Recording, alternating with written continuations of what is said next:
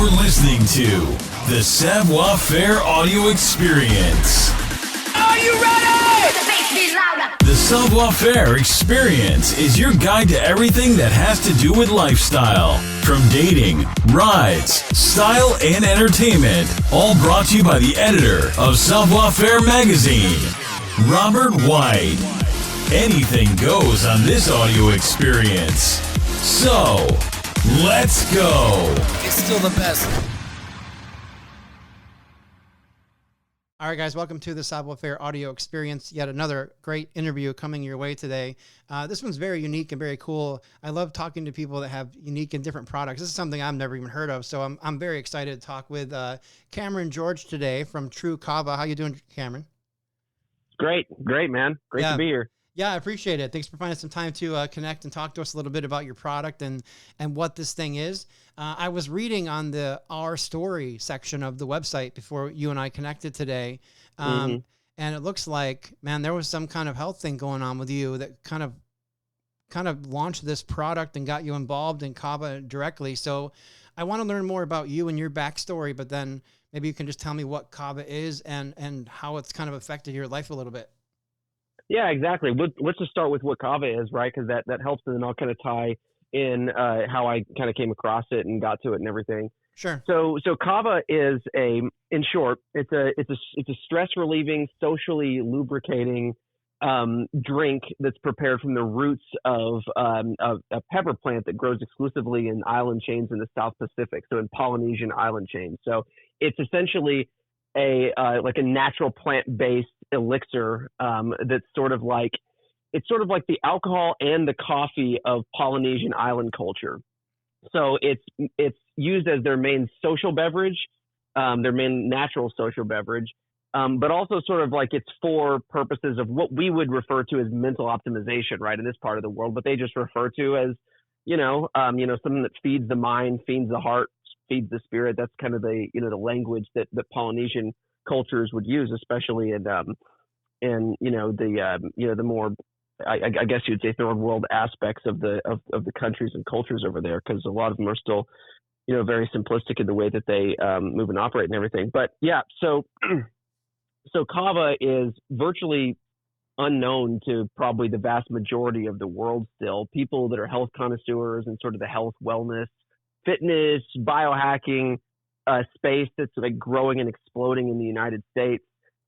People know about it in certain forms, but most people don't know about it in its like true traditional form that like really, really delivers on all of the, sacred effects that Polynesian cultures have always written and talked about. And if you read like anthropological accounts, books, literature of South Pacific Island culture, Kava is always mentioned. Anyone who's spent time in countries like Fiji or countries like Vanuatu or Tonga or Papua New Guinea, all these islands that kind of span that sort of South Pacific island chain, even Hawaii included to some degree, but Hawaii's kind of on the edge. It's not as much there because the West has kind of, established themselves in Hawaii. So it's less Polynesian in its culture, obviously, even though there's still some roots there. But all of those countries, like if you go there, if you spend any time there, then you'll certainly hear about Kava because it really kind of takes the place of alcohol in those cultures. In fact, it's not that those countries don't have alcohol and don't have like other substances and don't have coffee. They do have those things, mainly for Westerners though, and mainly for, tourists, because the indigenous people, although they do drink those things some, for example, like if you go to Fiji, which Fiji is probably the most well-known sort of tourist spot that's in the South Pacific Islands. It's probably like the farthest place from, most of us over here in the U.S., right? Like that you can get if you look at a globe and then you just put your finger on where we live, either in the, in the States somewhere, and then just go to the other side of the globe. It's pretty much on the total opposite side of the world. But yeah, so, I mean, if you go down there, they have Kava bars actually, which have a similar, but also totally different environment to bars and recreational environments that we have in the United States, right? Or everywhere else across the world. But there are, like in Fiji, there are 20 times as many, 10 to 20 times, but really 20 times in most places, 20 times as many kava bars as there are just regular bars that serve alcohol. And the reason is because indigenous people prefer kava over alcohol because essentially it provides a lot of the sort of mood, the mood enhancement, the relaxation, and the mental clarity that you're trying to get from other substances like alcohol. Not as much the mental clarity on the alcohol side, but what people are looking for, in that context, obviously, to relax, to open up, to connect with people, to get into a genuine state of mind to where you can sort of process the emotions and the stresses of the day and just kind of let loose. We all know what we're really looking for in that context, but they can get a lot of those effects from kava without any toxicity, any dependency, any addiction, any withdrawal. It essentially is sort of like a healthy form of what people are trying to get from alcohol, but also because it doesn't impair you, it's kind of a different experience. You can drink high amounts of kava, but you kind of get to this sort of more of a sort of a state that I kind of call hyper sobriety. So it's like a natural, euphoric, but yet relaxed feeling, almost like you did something like supernatural, like worked out, like really hard, or did some sort of where you get a huge endorphin release, some sort of natural high, but just, to a significant degree that's really, really tangible in its effects. But you're not impaired. You're actually more centered. You're more focused. You're more dialed in. And so it doesn't carry with it, any of the functional issues that, of course, alcohol does. So in other words, you can drink kava most any time of the day and not only not be impaired, but you can actually function better. So there are certain strains of kava that are more daytime, lighter strains that don't relax you too much, that are great actually for working, and they're great for opening the mind and creativity and just for engaging with people, and collaborating with people and work environments. So it also kind of takes that place of coffee, because like our social beverage in the United States, our daytime social and functional beverage is coffee, and our nighttime one is kind of alcohol, right? Yeah. You meet someone for coffee or you meet someone for a beer, right? Well, in Polynesia, you meet someone for kava. They use it for weddings, funerals, spiritual ceremonies, social gatherings, any context like I was, kind of describing, where people are trying to, enhance or get into an elevated mental and emotional state. So in the United States, its prime application is anxiety relief. That's what it's kind of become famous for, because every strain of kava, whether it be daytime strains, nighttime strains, all kava kind of relieves anxiety pretty powerfully. In fact, it's really the most powerful natural plant compound for anxiety relief and for stress relief that really exists in any of the literature. Very well studied too. One of the most well studied plant compounds in the world outside of cannabis and ginseng and reishi mushroom and some of those that have become popular in the States. So yeah, that all being said, a lot of people ask me, like, how did you come across this? Some guy from Northwest Arkansas, right? Like, aren't you pretty far away from where kava culture is, right? Yeah. It's sort of like, well, okay, so because we're based out of Arkansas too, our company Tru Kava, but really Tru Kava started less as a company trying to produce product. That was sort of an outgrowth of this mission that we're on. But it really started as the framework of an educational and advocacy campaign for integrating kava, and I guess the mentality that brings people towards kava. In other words, the mentality that's sort of linked into what we call this sober curious movement that's really exploding in the United States, where people are exploring alternate roads and options for social bonding and for elevated emotional states and feeling good without sole reliance on alcohol and other substances, right? Mm-hmm. So what we're trying to showcase and integrate in the United States is kava itself, but also just the idea and the mentality of, hey, what might lie beyond alcohol that you can layer in too, right? Or drugs or pharmaceuticals, any of these types of things, right? So there's a lot of this mentality that's going on, but we wanted to feed into that. And so we became a company that produced product because we wanted to commercialize the use of this kind of crude, sort of really earthy, mucky tasting drink that we call kava from the United States, because it's in its form, it's prepared from the roots of this plant. So it's kind of, the taste is not good for the average person. You kind of have to be a person that really likes that kind of thing. So we had to basically kind of take what was best about kava and sort of build a profile around it and learn how to filter it correctly and learn how to actually commercialize the truly effective traditional preparation of kava that you get from Polynesia. It's prepared in a very specific way, and then commercialize that and scale it so that we can integrate in the United States. Because when it tastes good and when it's prepared and when it's shelf stable in a can, it really is some amazing stuff. And it's really the only substance that I've ever come across that really delivers as a true alcohol alternative on the function, not just holding something in your hand. There's a lot of things that you can drink instead of alcohol that's just something to hold, but doesn't really deliver on function, give you a feeling, but Kava does. So, but I came across this, and the reason why we started out as educational advocacy campaign and stuff, and because I came out of the clinical world, the clinical side of things, dealing with patients with ailments, because although there's this recreational side of Kava, Kava is also super medicinal for all kinds of ailments, nervous system ailments, inflammatory illnesses and different things, and all different disturbances of the nervous system. It helps to rehabilitate the nervous system instead of tear it down, kind of like excessive alcohol use can, right? But I got into it because I was sick. Long story short, I had a total collapse of my health in my early 20s as a young guy. I was a very functional guy at the time, was a distance runner in college, was running enormous amounts of miles and competing in NCAA, et cetera. I was working multiple jobs, was going to school, getting my degrees, et cetera. Very high functioning guy. And then all of a sudden had the total collapse of my health in my early 20s, which led me down a rabbit hole into the origins of chronic disease itself, because I couldn't get any help through the standard allopathic medicine model. The sort of just treat the symptoms with pharmaceutical drugs model that we're starting to expand out from in the United States today. Because, although pharmaceuticals can be great for, short-term, ailments of all kinds, if you need an antibiotic and stuff and so on, there was no way of treating my illness and actually healing my body through pharmaceuticals. It just doesn't work like that. There was treating the symptoms. So I basically had this sort of total sort of uprooting of all of my belief systems and what I thought was medicine and what I thought was health and all these different things.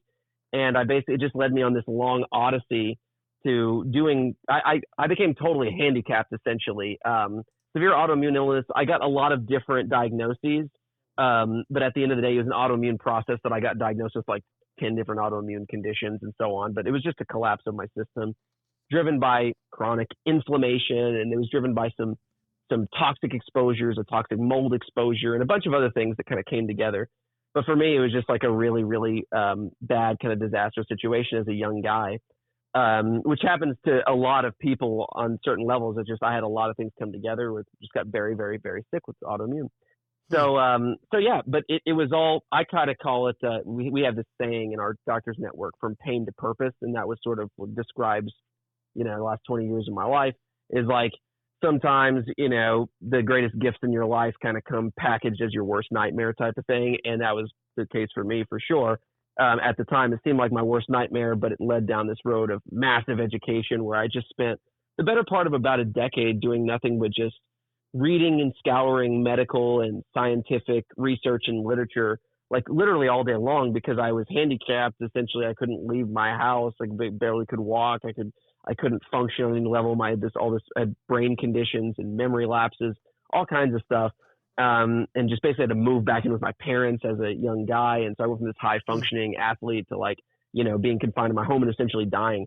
So long story short, though, over a number of years, I kind of put together and curated enough information and was traveling around to different clinics and talking to doctors and researchers and different things, where I pulled together a combination of lifestyle changes and therapies and regenerative medicine therapies that eventually got me well. It wasn't one thing. It was a multi-therapeutic approach that got me well and gets all people well. But I eventually got my health back through slowly sort of integrating these different principles and learning how to feed the body and detox the body and regenerate the body through things like stem cells and stuff. But Kava played a crucial role in me getting well, although it wasn't like a one-stop shop magic pill or something like that just like got my body totally well, because there is nothing like that. But it played a massive role, because one of the things that was happening while I was sick was I with this autoimmune condition, I developed these high nervous and immune system reactivity. In other words, I developed a lot of food and environmental sensitivities, meaning I would developed crazy food allergies. I would eat a food and go into anaphylaxis, and I started reacting to more and more foods, and eventually started reacting to most foods I was eating, which became very dangerous. And then I started reacting, and what would happen is I would either go into anaphylaxis or go into a full-blown seizure. And the seizures were happening more. So I was getting these crazy autoimmune-driven nervous system reactions that were basically giving me like 10 seizures a day. This is hell for anybody who's ever experienced like seizures or convulsions or something like that, where it's like, your body is just literally torturing you like all the time, and it's killing you because it's degenerating you very quickly, and you can't eat. So that's why I was kind of like in an ICU type situation where I was shrunk down to almost nothing and literally dying. I had to get over these reactions so that I could actually integrate the things I was learning, like the nutrition and all this stuff. So it kind of came to a head where I was on all these anticonvulsant medications, mainly benzodiazepines, this class of drugs that are used for anxiety, but also convulsions too. Like most people know them, drugs like Xanax and Klonopin and Ativan and these type Valium, these types of drugs. They work in the short term. The problem is that they sort of steal from the body's resources by just dumping your available calming chemicals, right? So one called GABA is one that those dump, and I found out later Kava works on the same thing, but in the opposite. It helps to restore it. We know that from the research. That's a huge thing. That also is true for alcohol. Alcohol works on that same system. That's why it calms you and relieves anxiety. But anyway, so I was having 10 seizures a day. I was on these drugs. The drugs were degenerating me. They lost their effectiveness, but then if I took away the drugs, I'd go into more severe withdrawal, and then I would have crazy seizures and they'd become lethal. So I had to find something to sort of gain leverage over it. I had met someone from the South Pacific in our travels and kind of lost contact with them, but then recontacted them whenever I was at my absolute worst and near death and everything. And so I told him everything was going on, and he asked me if I'd tried Kava. I said, I've tried what I thought was Kava because I had researched and found a form of it in the United States. It was like in a pill capsule form. They call it Kava in the United States, like the word used twice in a row. Mm-hmm. And then he kind of laughed and said, that's not real Kava. There's a traditional preparation, which is what we use now. He basically sent me a fresh frozen, like really strong strain of Kava from one of his family farms, and then taught me how to prepare it, which is like kneading into a bowl of water. It's water and pressure extraction in a very specific way. And then you end up with this muddy water. And I'm like, I was just desperate. So I drank the stuff for 2 to 3 weeks. And within 2 to 3 weeks, like I was never expecting these kind of results, but like I just wasn't having convulsions anymore. Like I was able to eat foods again, and it wasn't happening. Like it was crazy. It was nuts. So I was like, I just fell in love with the stuff immediately, and was like, it basically gave me the leverage to where now I could integrate all the nutrition, all of this, and where it held these seizures down. And then even whenever I went off the Kava, it wasn't like the drugs or the medications where I would be twice as bad as I was before because I'd go into withdrawal. It was the opposite. Not only would I not go into withdrawal when I stopped the Kava, I was more stable than I was before I started it. Later, we found out from the research that Kava is doing the opposite of the drug. It's helping to restore those chemicals in the body by waking them up and turning them on instead of pulling them out of you like a pharmaceutical would. So it's really, really fascinating stuff how it's feeding the system at the same time as elevating this feel-good chemistry in your body. And basically, so long story short, I was able to get off of the benzodiazepines within a short amount of time, 6 weeks, which normally takes, a year and a half to safely taper off these drugs. You can die from the withdrawals in severe cases. They're one of those drugs like alcohol. If you go cold turkey, it literally can be dangerous. So I was able to get off in a short amount of time because Kava helps to reduce the withdrawal symptoms down to very little, sometimes nothing. So it was just crazy. It just delivered on all these levels, and it basically saved my life in the short term. Then I was able to integrate all these things I was learning, and eventually got my health back over the next few years. So I fell in love with the stuff, literally went boots on the ground, dove into South Pacific Island culture, met everybody, and just kind of started this. And then I started working with this network of functional medicine doctors, curating information for neurorehabilitation, for drug and alcohol rehabilitation, autoimmune diseases. So I was putting together protocols for all the things that I had learned. But Kava was one of the main protocols they kept asking for because they're like, dude, what did you do to get over these reactions, these convulsions, and this and that, and to stabilize the nervous system? And so I started doing that, but I was having to teach people how to prepare it in this muddy water form, and they were sick people, and it was tedious, but it worked. We reproduced the effects many, many, many times over, dozens and hundreds of times, and we had the research on it and everything too. I realized it didn't have a place really in the United States, and it had a place far outside the medical paradigm, how they use it in Polynesia, because I saw how they were using it in Polynesia. It was like bigger than alcohol. It just has been delayed. It should have been ushered into the rest of the world a long time ago, but it just kind of became a mission to usher this plant and the mentality behind it, the idea of feeding your brain and actually being good to it and naturally elevating these emotional states and building them sustainably, instead of sort of using alcohol and drugs, which is kind of like using credit cards with your emotional state. And what I mean by that is that it's like using alcohol to get your elevated emotion or your elevated state right now is like borrowing from tomorrow's chemistry, feel good chemicals to pay for today, right? Because all it's doing is dumping your available stores. So then you get in debt with your body's own chemistry, and then you don't have as much of an ability to feel elevated and good without the credit card because you're dependent on it. And then you take it away and you're in debt, which that's withdrawal. So that your body doesn't have enough of the chemicals. And so then you feel like crap, or you go into full blown withdrawal. So it's this idea of using substances to build sustainably, to rebuild and maintain elevated emotional experience throughout life that helps us feel good and to bring ourselves to our life, our families, our circumstances at a much, much higher level than we ever did before, naturally. And it's just because this is some Polynesian culture has been talking about with things like kava and other practices too that we layer in, but kava just became a lead thing that people can just switch out for the alcohol, and so it kind of became this mission. Over the next few years, we developed a supply chain in the South Pacific, partnerships, et cetera, and then commercialized ways of producing the kava, the muddy water form of traditional kava, and a stabilized drink. We have some powders coming up too. They're like drink mixes, sachets. You can mix with anything. And then we've got oils, and we've got shots, like 5 Hour Energy looking type of shots. We wanted to deliver them as a lifestyle thing into modern culture, into health food stores first, like Whole Foods and Sprouts, which we just launched nationally in Sprouts, and going to be launching Whole Foods here soon and stuff.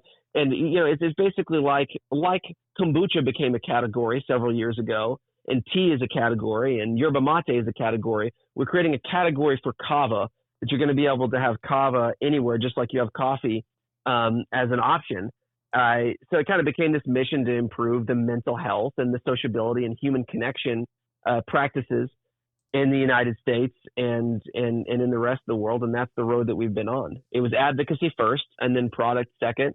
And it really just kind of become this mission to kind of deliver this to people. And it's one of the most fascinating things, serendipitous, products, journeys, right, that I could have imagined being on, and it's just been really, really amazing from the get-go. So yeah, awesome, man. Well, thank you so much for a ton of detailed information. I'm looking over here at like a list of questions I had for you, and you just answered like 7 of them. So I only have a few more, but we'll dive right into a couple more things here. So so Tru Kava obviously is the company, trukava.com, and people can go over there to buy the product. But like we were talking about, you guys did create some kind of cool kava products within different ways. So there's a shot, like a 5 Hour Energy shot. There's drops that you can add to another drink or just take on your tongue potentially. And then there's the canned stuff, which is the ginger brew and the tropical citrus ones. What are these different kind of elements, and how do you guys recommend people buy them, use them, that kind of stuff? Yeah, absolutely. So they're all based on kind of what I alluded to before, the traditional kava preparation, but this then just refined in different end user formats, right? So then the drink is probably the most popular showcasing of kava, because kava is naturally a drink, and because people use it as a social thing, they use it like, sharing a food form like a drink with somebody, like you get a coffee or get a beer with them. It's just a very, it just really showcases kava really well. But it's not always the most convenient, because you have to have cans around, and we have a canned drink and stuff, because you have to get them at the store and stuff. And so we also have a shot form that's more portable, right? That's basically the same amount of kava that's in the can, but just in a 2-ounce shot that you can kind of keep with you, or just shoot like multiple of them at one time to get a higher amount of the kava in your system and kind of get more of an effect if you want it. The base dosage that we have in the cans is not super strong, because this is mass retail. This isn't the medical form of it. So we wanted it to kind of run in the background and be subtle at one dosage, so people could just have the light experience that they want. and then you could dose up to higher amounts of it for the more prominent forward experience in the mind. But it's all of it though, even high amounts of it, you're not impaired at all. It's just you feel it more. You feel more open, more relaxed, more all those things, more sort of motivated too, and more talkative, more the ability to connect and stuff. So the drink and the shot are the same product. Just one is 12 ounces, one is 2 ounces. And the shot is not carbonated. The drink is a carbonated. We've got 2 flavors. We've got a ginger brew, which is like a lemon ginger, really popular for like health food connoisseurs. Really, really good. And then we've got a tropical citrus, which is essentially just a series of tropical fruits that complements the Kava profile that we've improved on. That makes and sense. then The oil. talk About the oil.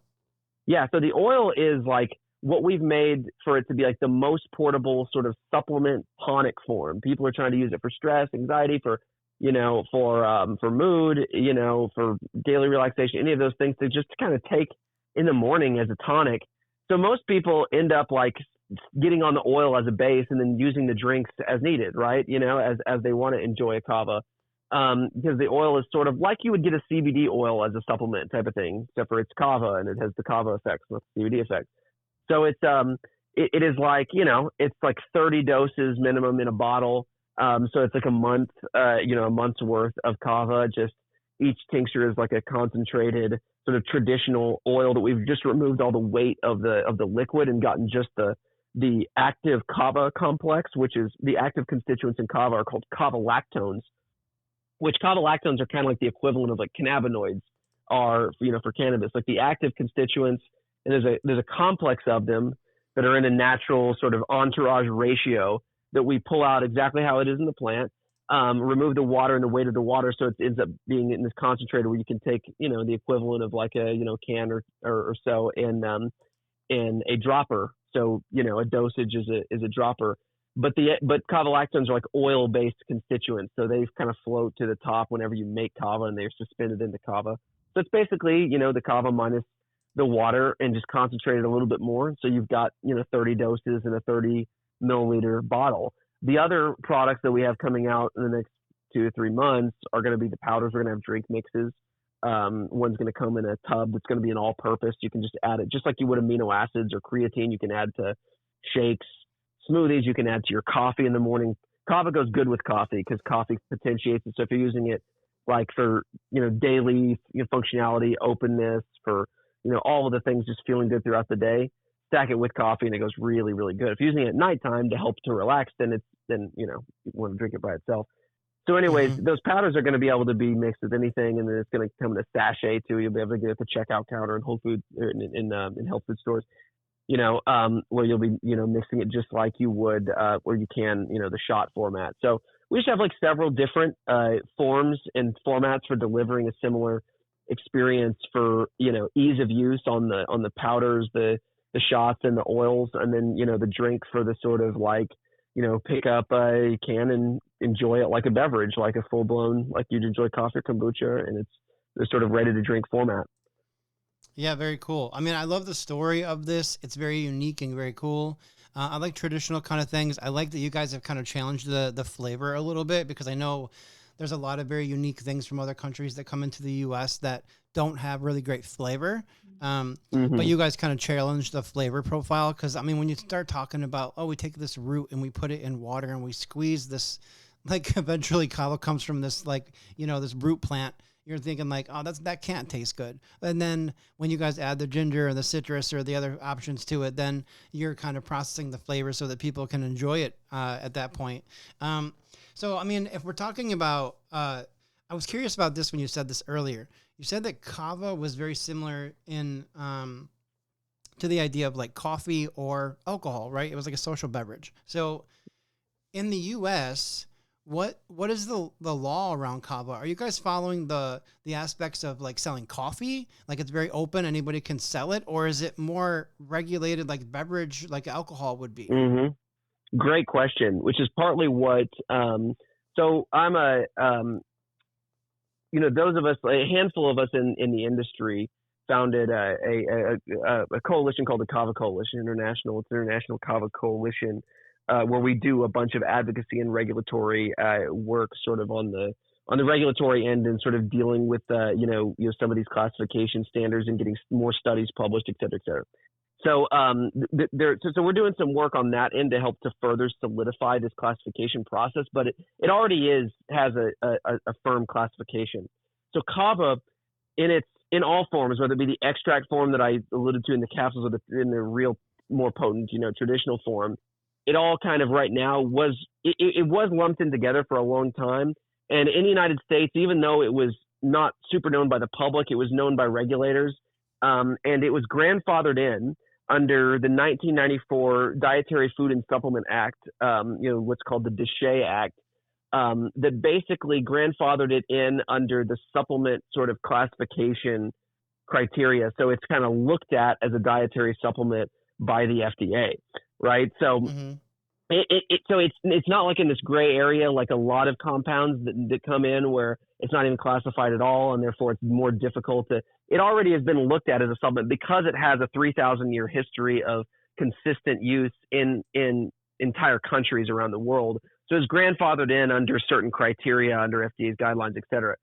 So it was seen as a dietary supplement, but we actually, those of us in the industry, coalition, et cetera, actually wanted to take it a step further and get it full food classification, because it, just like coffee is classified as a food, kava meets all of the criteria and the standards in its traditional form, not in a concentrated extract form or anything like that. None of our products, but just like when people do isolates and concentrates and like where they take it out of its sort of full spectrum. It's like, it's kind of like people do with caffeine powder, right? Caffeine powder is not coffee. Caffeine powder is not a food. You can go into the ER from taking too much caffeine powder because it doesn't balance itself out in your body like caffeine and coffee does. As where coffee is very safe and stuff. So coffee is a food. Kava is a food. It was just doing the work to kind of get it that food classification. Those of us in the industry, like a lot of us, sort of like band together and basically what the sum of all the major players in the kava industry helped to come up with, and to write this proposal to the Codex Alimentarius Commission, which is a subsidiary of the World Health Organization, back 7-8 years ago, and it was basically to separate the criteria of kava extracts and isolates from traditionally prepared kava, so that those could be distinctly separated, and that traditionally prepared kava would be seen and classified as a food by sort of World Health standards first, and then we would focus on specifically U.S. and individual countries at backing that process. So it took several years, but WHO and Codex Alimentarius actually adopted that standard officially in 2021, so by WHO and Codex World Health standards, kava in the form that we have it in is classified as a food, right? It is a food. It is seen as a food. We're going through the GRAS process right now in the United States, which is it's an independent process that you then submit to FDA through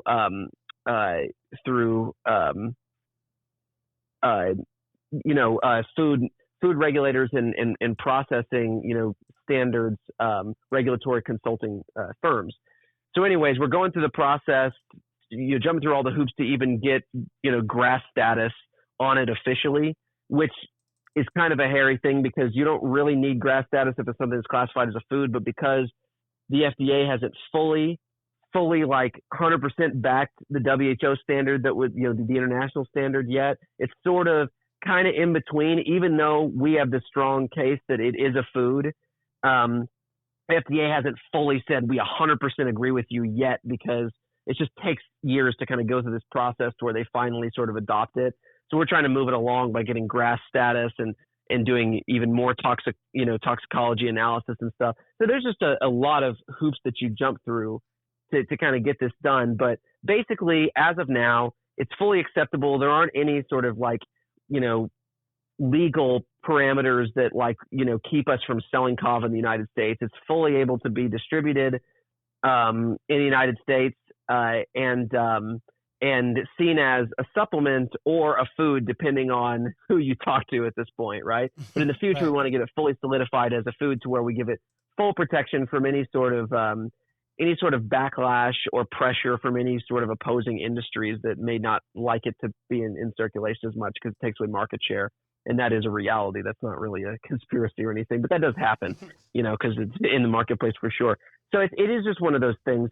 What we're doing is to fully establish kava as a safe compound too, because there's a belief system floating out around there on the internet. If you Google kava, it's far less that'll come up in the search results than it used to because of the work that we've done.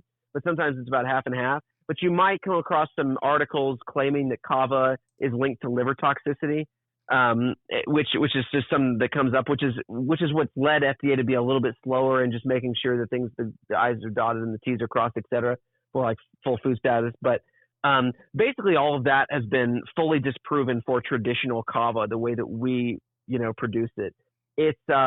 It only happened, that whole belief system is really based on ignorance and misperception that came from a handful of toxic preparations that were produced in Germany and Switzerland back 25 years ago, where they basically made kind of a pharmaceutical isolate product off of kava-like material that included parts of the plant like the leaves and the stems that you're not supposed to consume. Those parts of the plant have like plant defense alkaloids. There's many plants like rhubarb that you can make a pie out of one part of the plant and the other part of the plant is toxic. That's kind of the case with kava, even though the leaves and stems aren't super toxic with kava. But if you take the leaves and stems and then you isolate the constituents and super concentrate them, you can super concentrate some of these plant defense alkaloids and then have some problems in people who are susceptible. So all of it has essentially been disproven for what we're talking about, which kava as a food, that's partly why we made the Codex standard, because it disqualifies all of those wrong parts of the plant and everything as being classified as kava. If you produce it from only the roots and you produce it with this water and pressure extraction as a food like you do with coffee, then it is a food that's been consumed safely by 90% of the culture in Polynesia for 3,000 years, right? So it's a very safe substance.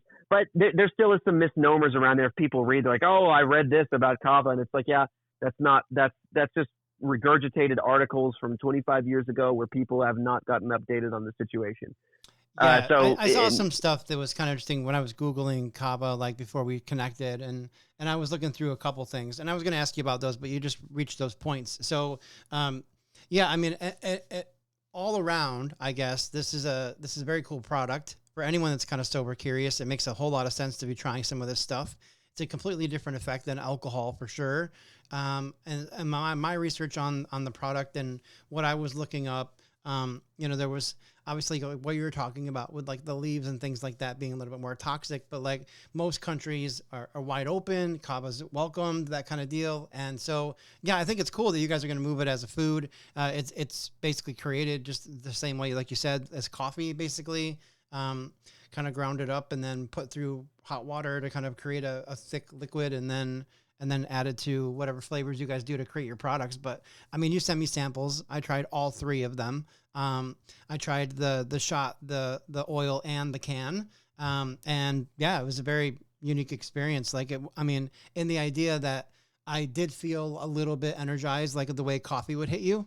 That's kind of the way I would describe the feeling after drinking a can of it. So I could feel a difference, but the taste is good. It's not that bad at all. So I would encourage people to definitely try it out, man.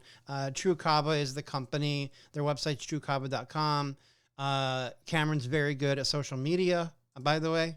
So Instagram looks really good. There's a lot of positive information over there on the Tru Kava Instagram account. But yeah, thanks so much for giving me so much information about the product, man. I'm looking forward to writing this article and letting my audience know a little bit more about it. Absolutely. And one last thing that I would say about it, there is kind of a cumulative effect in first time or early kava users, right? So I always tell people that, like, to kind of, if you're experimenting with kava, if you feel compelled to dive into it and all that, then you want to give it about 2 to 4 weeks and take like what I call the 30-day kava challenge, because it's building up your natural feel-good chemistry, like, instead of tearing it down, like I kind of described earlier. It has what the indigenous islanders would call a reverse tolerance effect, which is the opposite of alcohol or a pharmaceutical, where it's like the first time you have alcohol, first time you have a pharmaceutical is when it's going to be the strongest, and then you get tolerance and it goes down. Kava is the opposite. So, the weakest kava will ever be is the first time that you drink it, right? And you drink it consistently and build it up. Then once it gets built up, you don't ever have to build up again. That's just how the receptors work with kava. It's really unique like that. So you do that loading period, and then you see what kava is going to do for you after that. But absolutely, so. Yeah, it makes sense, man. I really appreciate that. So, well, yeah, again, thanks for the time today, Cameron. I really appreciate connecting and telling us a little bit more about the product. And yeah, we'll push it out there as far as we can, man. Awesome. Thanks, man. Appreciate it. Appreciate it. Thank you for listening to the show. Please take a minute to head over to www.savfair.com and subscribe to our publication.